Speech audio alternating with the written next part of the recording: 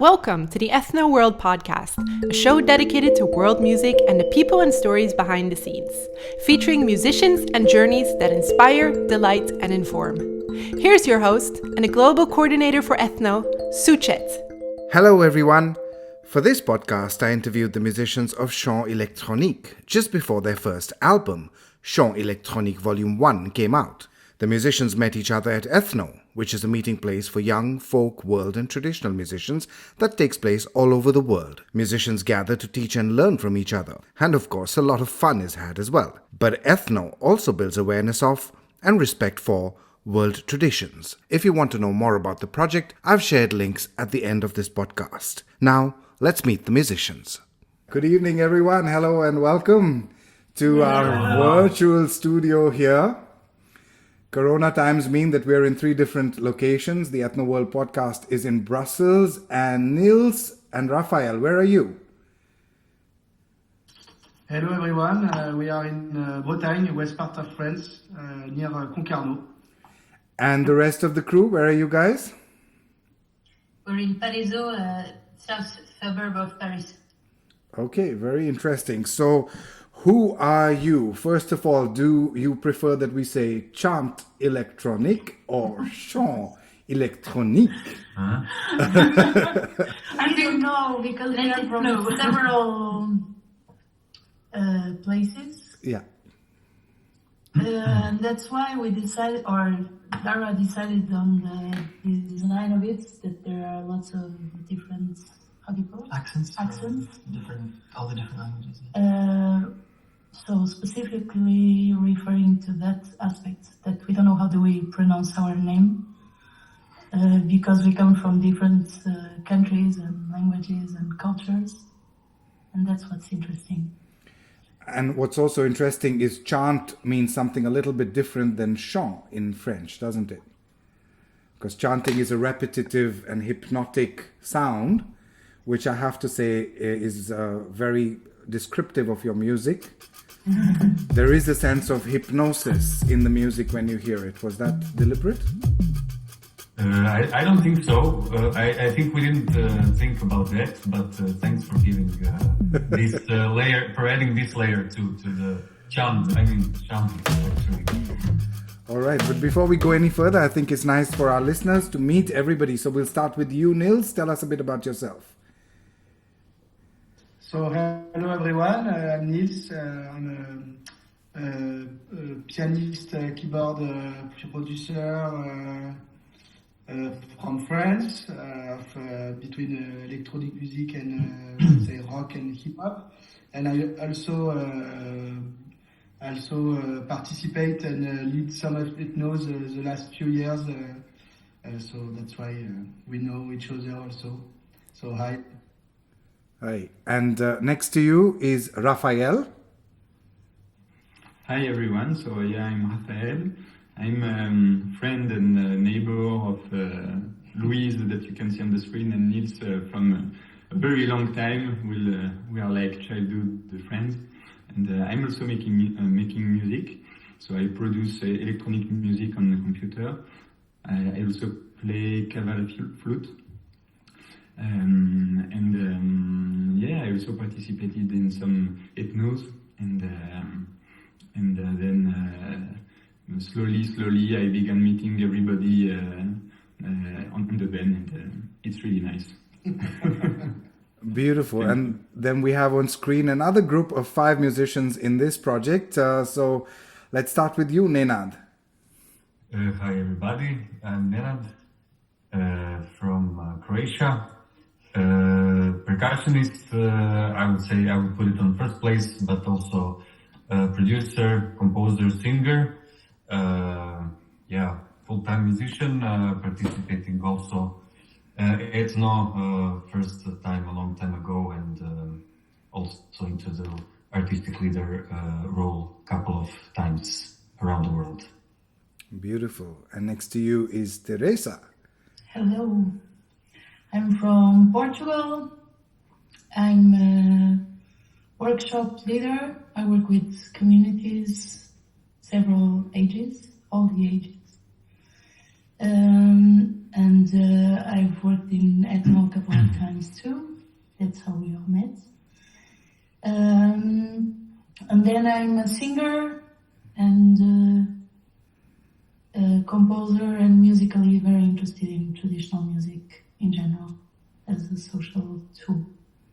Okay, amazing. And next to you is Louise. Hi, I'm Louise from France. I am a singer, composer and producer. I work on electronic music, pop music, and thanks to Ethno on traditional music too. All right, beautiful. And Dunya. Hi, I'm Dunya. I was born in Bosnia, but I live in Croatia. I live in Zagreb now. I've lived in Zagreb for a long time. I'm a singer, and so far mostly traditional music, and looking into new ways how to present it and how to package it into something that's more contemporary. Which certainly seems to be the way forward with this project. And the last member of this ensemble is Darach. Hi, I'm from the west of Ireland, and I play fiddle and guitar, and I work to make some productions on my computer and on some other machines. And I currently live in Strasbourg in France. Okay, amazing. And we missed Elena also, that is part of the band, but she's in Argentina and she couldn't make it to France to those past days.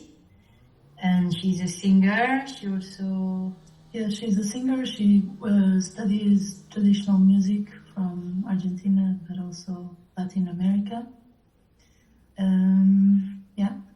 Okay, beautiful. So it's an 8-member ensemble.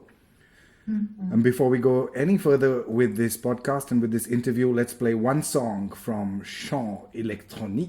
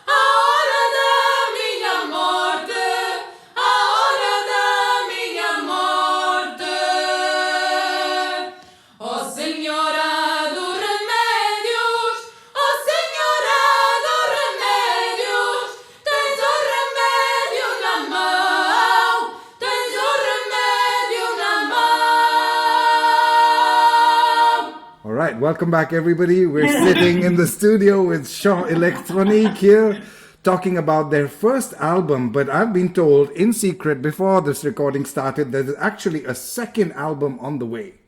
Yes. Okay, but have you actually officially released the first album yet? No. So now we released 3 singles from the album. Yes. First one some 3 weeks ago, and the next step is will be a video for one song and in Tijuana, and one song that Helena brought to first residency, and the whole album on the 6th of November. On Rica Musica label, record label. Okay, beautiful. And what is the plan? I mean, in these COVID times, when you say it's going to be released, does that mean that it'll be available for sale, or will it be streamed through the usual channels like Spotify, etc.? Yeah, it will be streamed. I think there will be no physical copy to be sent. But maybe if people really like it and ask for it, maybe there will be some physical copies. So don't hesitate to send a lot of message to Rica Musica to say, hey, we want copy, and then it will be maybe physical copy. Well, surely before the end of this interview, all your fans will have the links that they can access the album with. Coming back to this idea of a second album, was it because there was so much creative input from the members of the ensemble that you felt, well, let's just continue, or just taking advantage of the fact that everyone comes from different parts of the world and is almost everybody's together here now? Well, the last, so the songs that are on the volume 1, on the first album, we recorded them a year ago. So the idea was somehow that we should meet once a year. Or the idea was back then that we should meet next year, which is now. So we are moving on. I mean, releasing an album takes time, and this time was a year. What just happened now is so we could gather everybody except Elena, and we went to a little house in Normandy in France, where we could share new songs, new traditional songs, and new ways of producing music, and also make live setup for concerts, which were more complicated to do because of all this various situation. But the days and the week we spent in this little house was very nice. I think I can tell it in the behalf of everybody. And we were in the really nice landscape with the wind turbines flowing, and we ate a lot of cheese. So we also made nice music, I think. And where was this house exactly? It's the northwest coast of France. Like when you look at the channel. The channel, yeah. The channel is the sea, and if you look, you see Brighton. Okay, amazing. And you so rented this house, and then did you move all your instruments, all your equipment, everything there? Yeah, we set up our gear around the table, and we looked at each other. We formed a circle, and we could rehearse like that. So it was heaven. Heaven. Yes. It was also a real mess. I mean, we had a lot of gear, way too much gear, probably. It was gear heaven also. Beer heaven, gear heaven. It was really a challenge to come with 2 cars and all the gear from Paris to Normandy, but we made it. It wasn't too long drive. No, and there was quite a lot. Of course, 3 of you are from France, Raphael, Nils, and Luis. But Nenad and Dunya, you would have come from Croatia. And Yes. Teresa, did you come then from Portugal? Yes. And Darak from Ireland, or? Well, I live in Strasbourg, so Yes, I came yes, from that. Strasbourg to Paris. Okay, so 4 people living in France obviously makes France the logical choice to have it. And sadly, one of your band members lives in Argentina and couldn't make it for this round. But last year she was with you and was recording on this Yes. album. And she will be recording from Argentina also. So Yeah. The wonders of remote technology, right? So yes, always interesting. All right, let's go into a second song. This time I'm going to take my choice. Kamen Gori is a song. I love that title, and in fact, I find also very intriguing the names, but we'll come back to that in just a moment after we've heard something of Kamen Gori.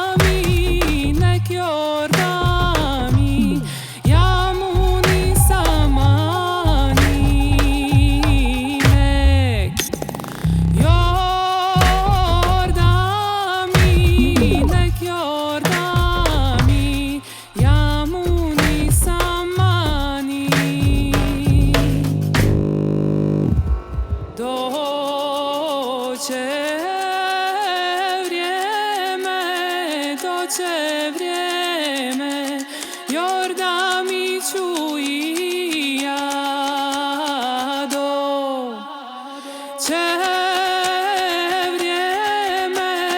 Toče vrijeme, Jordan mi čuji jado. Wow, welcome back everybody. We are with Çhâñt Élečtrónïqùe or Çhâñt Élečtrónïqùe. They're not sure themselves because their sound is so diverse as to encompass different styles of music and different parts of the world. We're with 7 of the 8 members here listening to them on this Ethno World Podcast just days away from the launch of Volume 1.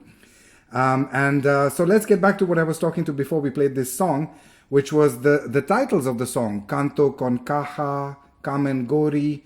Would you like to say something a little bit about the languages and the words that you've used in the songs? Well, each of us, of the singers, which was on this album that we're releasing now, it was Teresa, Helen, and me. We brought traditional songs from our countries. Not only, huh? Or yes, this time. Yes. This time it was only from our countries. And so they are in languages that we speak. Yes. And I think each song was, so each of us had a reason to bring it. And for next album, we are also talking and thinking about it. What would be a cool next album with, in times like this? Which songs do we choose to bring and why? Yes, and I think on the first album, we had lots of talks about why the songs that we brought and how can they get new meanings played or sang nowadays. And what are their meanings in the past? What are all possible interpretations today? How do we interpret them? What they mean to us? This is something that we're discussing very, very, very thoroughly before we start recording. I would say that the main objective for us is not to make remixes of really beautiful traditional songs, but really trying to make traditional version, but with the new tools that we have today. Like the same process that I think arrived in the 50s when the drum was invented, and suddenly there was lots of drums in lots of traditional music. And we try to ask ourselves the same, like now we have these computers and all these machines, and how can we produce and record and play traditional music using those tools, but not making like drum and bass remixes of tradition, for example. Are these songs that you've learned maybe at Ethno or picked up on your travels? Yes, the ones I brought. One I heard from Shepherd, so from a recompilation made by a very important ethnomusicologist in Portugal called Michel Giacometti. He's from Corsica. And it's the very beautiful female voice of a shepherd. And the other one is sung by a very important Portuguese songwriter called José Mário Branco, very important on the Portuguese freedom revolution as a protest songwriter, mixed with a traditional song collected by the same guy. All right, let's take a moment's break in this interview and listen to the Quechua song. And this goes out especially to Elena, who's in Argentina, hopefully listening to this podcast and couldn't be with us. Elena, this is your song in Çhâñt Élečtrónïqùe. Kusisinyani suma suma wai hilata amutanyani kusisinyani suma suma wai suma suma wai suma suma wai hilata.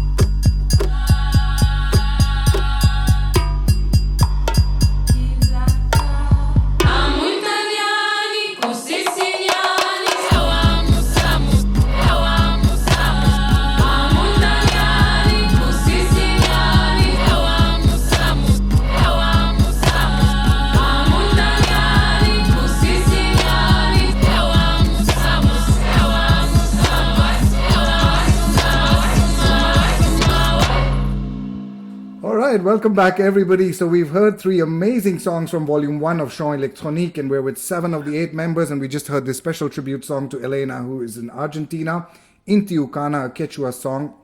And we're talking to the musicians coming towards the end of this podcast. I'd still like to ask you, we've talked about a little bit about the production and the electronic music. We've talked about the different voices and the languages. Could we talk a little bit about the different acoustic sounds and instruments that you've used in this album?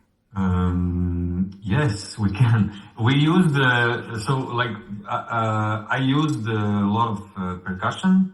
You could probably recognize Suchet that Kamen Gori starts with Kanjira. Yes. It was really a nice mix. I think like in that song, like 2 percussion traditions came together in sound-wise and a bit rhythmical-wise, like Maghreb with Karkabo and Indian with Kanjira.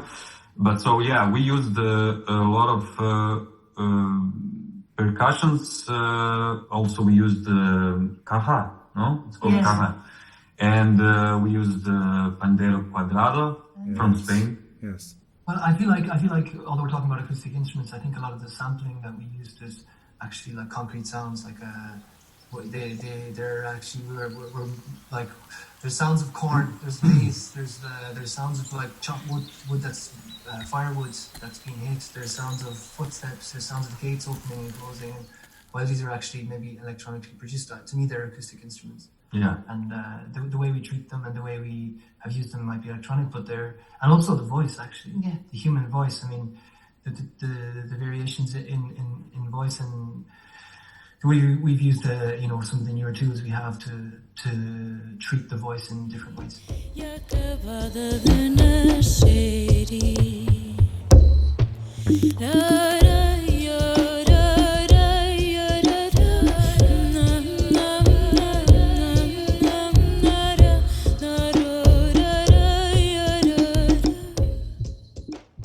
So yes, the sound sampling, that has been acoustic sounds that have been electronically treated, but indeed almost everything that you hear on the album takes a journey, starting as a sound and then evolves into the sound of what you have developed as Çhâñt Élečtrónïqùe. Would that be a good assessment? Yeah, exactly. Well, that's good. To use a new instrument, we use a lot of synths, drum machines, stuff like this. And for example, in Pequenininha, one of the Portuguese song we recorded, the wind is not a recording of the wind; it's a synth wind. There is kind of a game like this with sound of nature that could be synthetic and sound of drums that could be samples of cut samples and edited samples of steps or doors and stuff like this.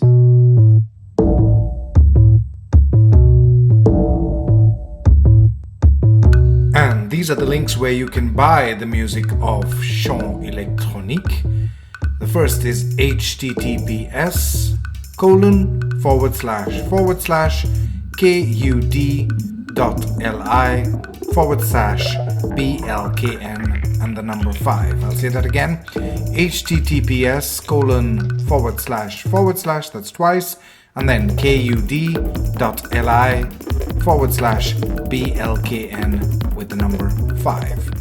If you'd like to check them out on Bandcamp, go to CHANTELECTRONIQUE, so that's chantélextronique.bandcamp.com. And we hope that very soon you can catch them live as well. Of course, currently we are in the midst of a global pandemic, but that doesn't stop this project that met at Ethno and diverse ethnos from all over the world from sharing their music with you. We hope you enjoyed this Ethno World podcast with me, Çhâñt, and we look forward to having you on many more in the future. Thanks for joining us. Thank you. Thank you. Bye-bye. If you want to know more about Ethno, head over to our website at ethno.world. Ethno is a program of JM International, the world's largest youth music network. The work of JM International and Ethno is supported by Belspo, the Creative Europe program of the EU, and Margaret A. Cargill Philanthropies.